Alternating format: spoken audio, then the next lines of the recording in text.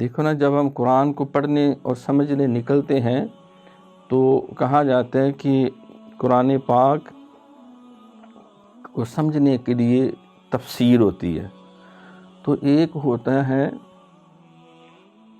اصول تفسیر، یعنی کن بنیادوں پہ تفسیر کی جائے گی۔ پھر ایک ہوتی ہے تاریخ تفسیر، کہ آج تک کتنی تفاسیر کی گئی ہیں، کس کس رنگ میں کی گئیں، کس کس انداز میں کی گئیں، اشاری ہیں، فقہی ہیں، وہ کلامی ہیں، وہ قرات کے حوالے سے ہیں، وہ احکام شریعت کے حوالے سے ہیں، وہ حدود و تعزیرات کے حوالے سے ہیں۔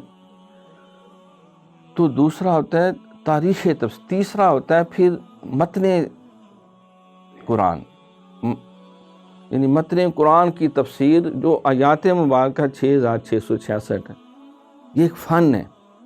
اسی طرح حدیث شریف، اصول حدیث، تاریخ حدیث اور متن حدیث۔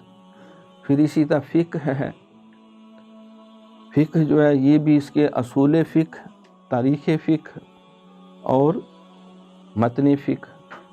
پھر اسی طرح باقی علوم ہے، تاریخ اسلام ہے، یہ بھی اسٹڈی کا ایک فن ہے، مغازی کا، غزوات کا ایک فن ہے، اسماء و رجال کا ایک فن ہے۔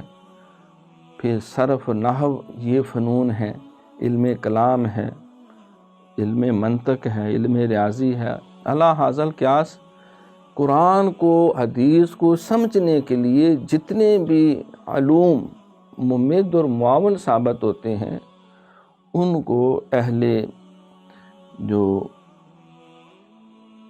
تصوف اور شریعت ہیں ان کو فنون کہتے ہیں، فن کہتے ہیں۔